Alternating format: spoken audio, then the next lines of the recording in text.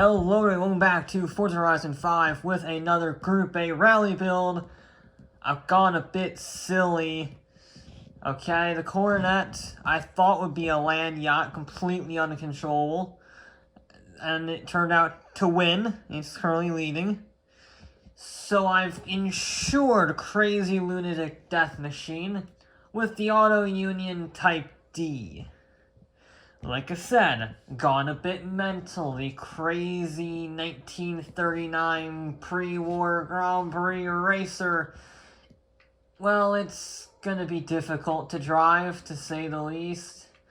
We don't really have big tires. 205s on the front, 245s on the rear. Kinda pathetic. We do have semi-slicks, which is nice. We do have better brakes, which is nice.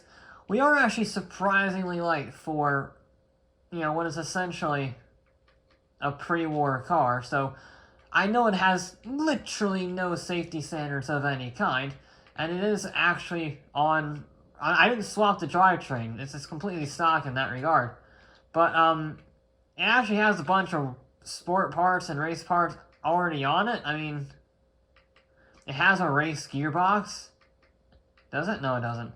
So we'll put in a racing 6-speed just to make it shift a little better.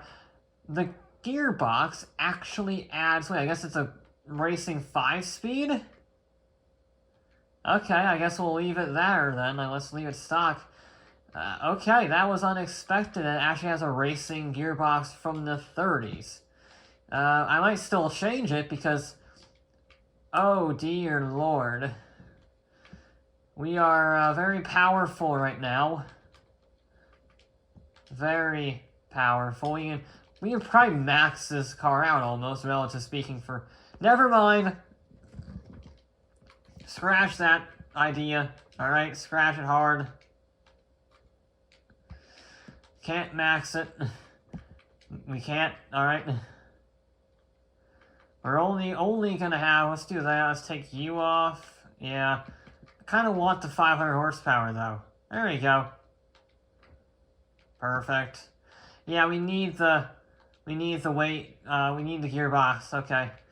I thought it was a little weird that we didn't have a sport gearbox. Well, there we go. 521 horsepower, 443 torque, 2,800 pounds. All very good signs. You know what's not a good sign? The size of those tires, how skinny they are, and how little aero there is. I'm kind of terrified, to be honest.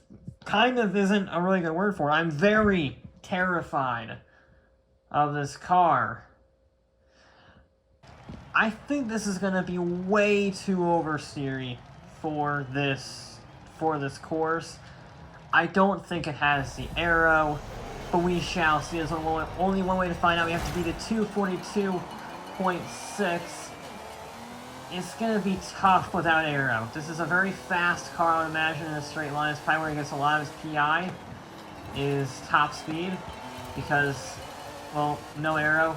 Yeah, it's very light, and yeah, it's got semi-slicks, but they're very skinny semi-slicks. And again, the whole no aero means high-speed corners might be a problem. We are going to be helped in the fact it's an open-wheel Grand Prix racer from Germany. If you want to be technical, Nazi Germany, 1939 and all. But, yeah, I don't know. Okay, yep, oversteery, okay. That was fun.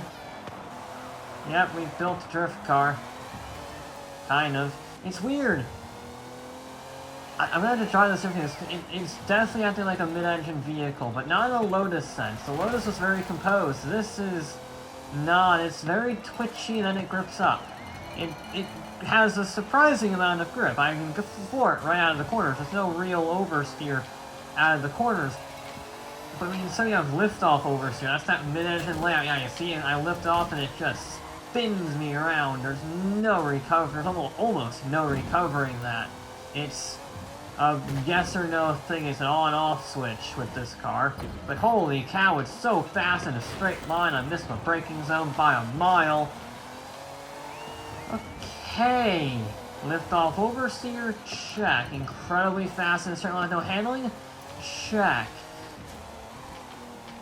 Lee, it's definitely a death machine. Of course, the last time we ran one of these vehicles, it ended up destroying the Baja build series by a pretty healthy margin. The Maserati was pretty much untouchable in that championship, only really being challenged by, oh god, the Viper, ACR, and the Miura. Those are the only two that really got close.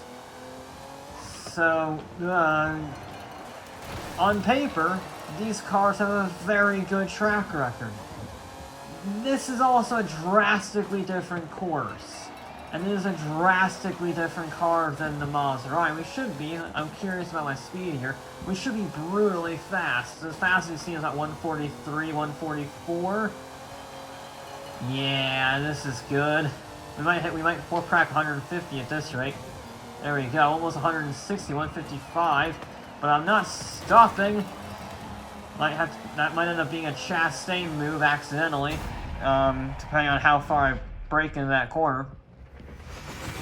So I was right. It's awful. Lots of oversteer when you lift off, which you do a lot on this course, because sometimes coasting is the best way through a corner, because you're not accelerating, but you're also not losing all your momentum by braking. But at the same time, it doesn't really have the turn-in, so you're sort of stuck in this understeery, snap-oversteer limbo. Second attempt, we're gonna have to be really careful on this one. We're gonna have to really take our time, because this is terrifying. We can't lift off, per se, in the corner, so you can probably get away with a little bit of braking, a little bit of throttle at the same time, but you really gotta be careful here. And then there's the braking zones. You gotta be really careful for those, because we're carrying a lot of speed, at least 5 to 10 miles an hour faster than anything else has ever gone. And we do not have the brakes for it. Yes, it's very light, but there's still drum brakes, I think. I don't think Forza upgrades the type of brakes, so you get the race brakes in the sense that they're racing drums and not racing discs. You know, you don't swap carbon ceramics on it, for lack of a better word. But we're better on the lack of oversteer department already. So, now we just need to be composed. Or it can do that. Or, I mean, technically that did help us carry the speed. It did help us in a weird sort of way. The terrifying twitch that I had no control over did help us turn into the corner in a weird sort of way. Okay, nice and composed, kind of-ish. Composed in a four-wheel drifting old-school Grand Prix sort of a way. Now, I know I braked on that crest, but I need to brake really early, and the brakes are just not good. They're just not good. They are not up to par. It just doesn't stop. And, like, I don't really like my gear ratios either, to be perfectly honest. I'm not allowed to change the gear ratios unless they're so short they're actually buzzing the limiters. But, I don't really like them in this car. It's difficult to figure out whether I want third or second on some of these corners. I feel like I don't necessarily have the torque to get out of the corners in second, but in third, but second is just way too short. So I'm sort of stuck in that weird limbo between the gears, and that's not a good place to be, because you're constantly either buzzing the limiter, like that, or you're not necessarily getting the peak power delivery. We are better. That was a better run, but we're definitely not going to be winning this sucker. It was clean. It was clean and it was tidy. It's also off the pace by a large margin. And although we will gain ground on this section here, because of, you know, the blinding speed, I can't stop. I'm going 160 miles an hour into there. There's our Chastain moment, and we're still almost 2 seconds in the last. Yeah, thanks, I like the BF109. But, yeah, well, we did not get a 246. No matter what, we are not into the 246s. That is for sure. But that's awful. That wasn't even a terrible run. And it just doesn't have the pace. This is pretty much as I expected. It's off everything. It's off in the handling department, it's off in the corner department, it's off in everything except top speed. And then it's off in the braking department, which means the top speed is kind of useless. In fact, it's actually a hindrance because I can't stop. And while yes, it makes you slower, braking is a very important part of racing. Okay. This is sketchy. This is super sketchy. But it's also kind of a challenge that I like. You know, it's a different vehicle to drive. I'm used to the last few vehicles being lovely to drive. I mean, the Brat was a little terrifying, but you can make it work. And the Lotus and the Barracuda and the Golf, they were all lovely vehicles to drive and push hard. They really rewarded maximizing corners and all that stuff. This does not. This rewards patience and throttle management and braking management and all those sort of things, because it is just that lot harder to drive and requires you to be more precise, think about things like I need to turn it early here in case I get a crazy twitchy moment over the hill. It allows me to counter it. That's just straight through the post. Okay. I never got that corner right. It does get us a lovely exit.